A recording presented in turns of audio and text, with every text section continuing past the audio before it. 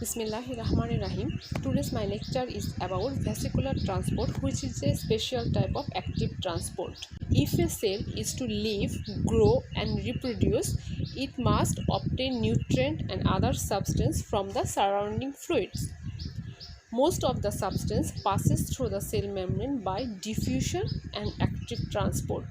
Diffusion involves simple movement through the membrane caused by random motion of the molecules of substance.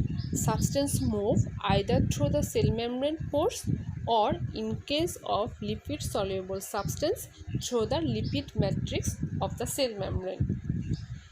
Active transport involves the actual carrying of a substance through the membrane by a physical protein structure that penetrates all the way through the membrane. In addition to primary and secondary active transport system, there are some special categories of active transport which are generally called vesicular transport. That means transport of membrane bounded substance moving across the plasma membrane. Special categories of active transport are endocytosis and exocytosis. At first, endocytosis. Endocytosis is defined as a transport mechanism by which macromolecules enter the cell by forming vesicles into the cell and use ATP energy.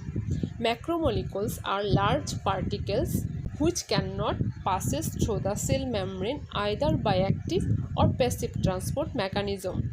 Such substances are transported into the cell by endocytosis. It is also called functional system of cell, by which cell invested.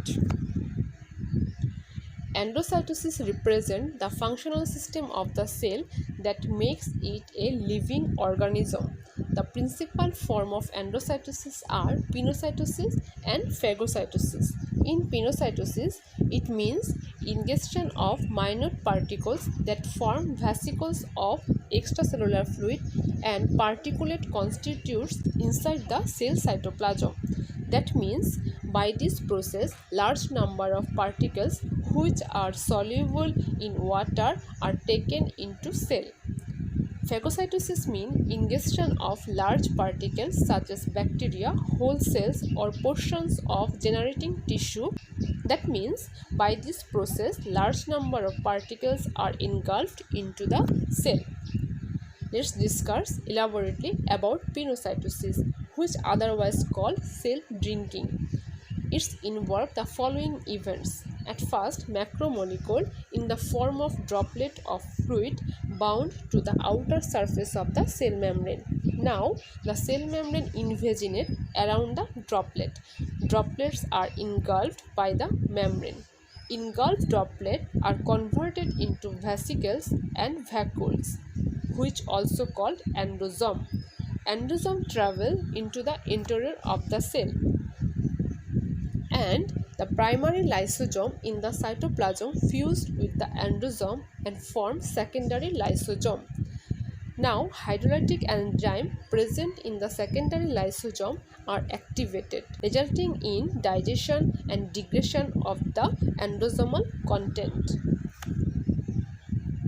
Pinocytosis occurs continually in the cell membrane of most cells, but it is especially rapid in some cells. For instance, it occurs so rapidly in macrophages that about 3% of the total macrophage membrane are engulfed in the form of vesicles each minute.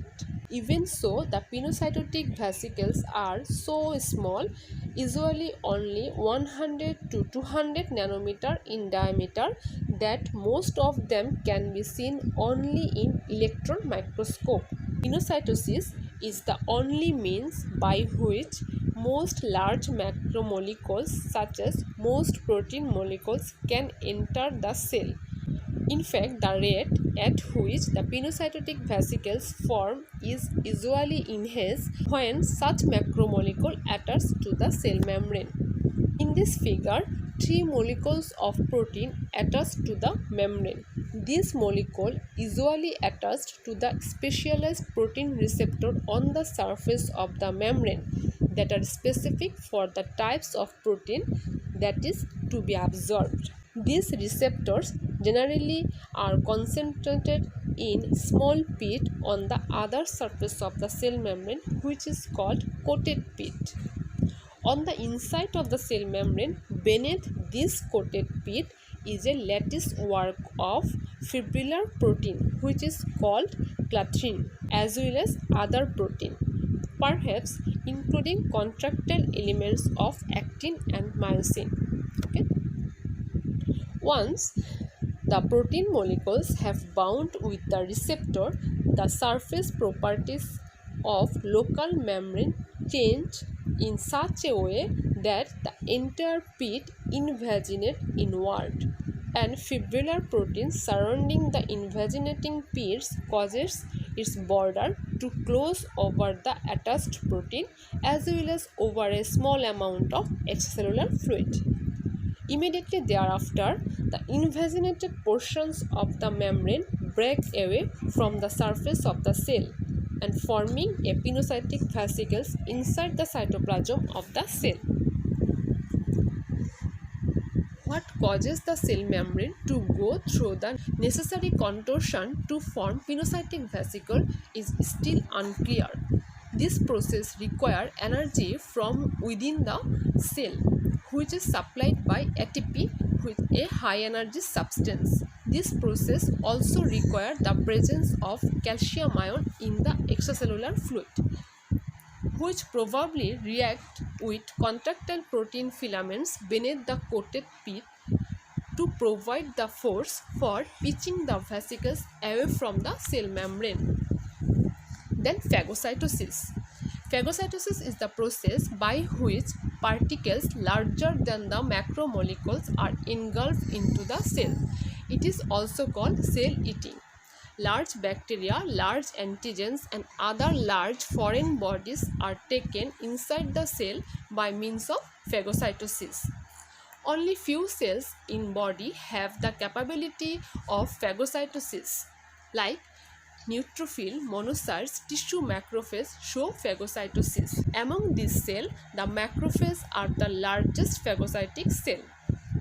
Phagocytosis occurs in much in the same way as pinocytosis occurs, except that it involves large particles rather than macromolecules. Phagocytosis is initiated when a particles such as bacteria, a dead cell, or tissue debris bound with receptor on the surface of the phagocytes. In the case of bacteria, each bacterium is usually attached to the specific antibody, and it is the antibody that attaches to the phagocytic receptor, dragging the bacterium along with it. This intermediation of antibodies is called opsonization.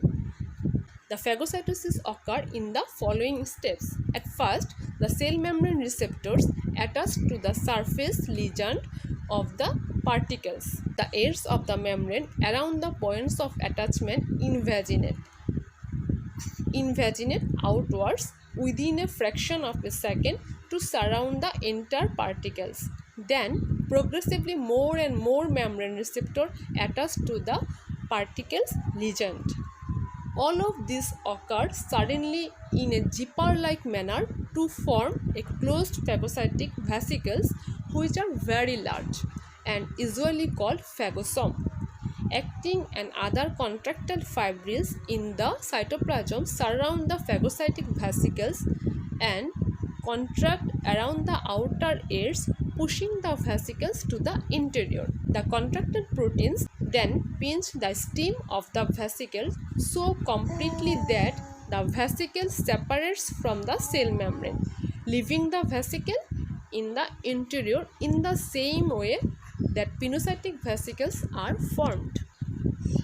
Primary lysosome fuse with the phagosome and form the secondary lysosome. Hydrolytic enzymes present in the secondary lysosome are activated, resulting in digestion and degradation of the phagosomal content. This figure taken from the book, which is written by Guyton, Here, digestion of the substance in pinocytic and phagocytic vesicles by enzyme derived from lysosome. Then, exocytosis. Exocytosis is the process by which substance, that means proteins, polysaccharides, polynucleotide, whole cell, hormone, mucus, neurotransmitter, waste, these are expelled from the cell without passing through the cell membrane. This is reverse the endocytosis. In this process, an intracellular vesicles move to the plasma membrane and fuse the substance to the extracellular fluid to eject macromolecules with the aid of ATP energy. Exocytosis is involved in the release of secretory substance from the cell. Secretory substance of the cell are stored in the form of secretory vesicles in cytoplasm. When required, the vesicles approach to the cell membrane and get fused with the cell membrane. Later, the content of the vesicles are released out of the cell. Calcium ion play an important role during the release of some secretory substance such as neurotransmitter. The calcium ion enters the cell and causes exocytosis. However, the exact mechanism of exocytosis is not clear. This is the process of exocytosis. A few examples in which the process of exocytosis occur.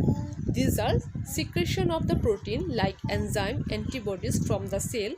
Secondly, release of neurotransmitter from presynaptic neuron. Thirdly, acrosomal reaction during fertilization. And fourthly, recycling of plasma membrane. Thank you for your patience hearing.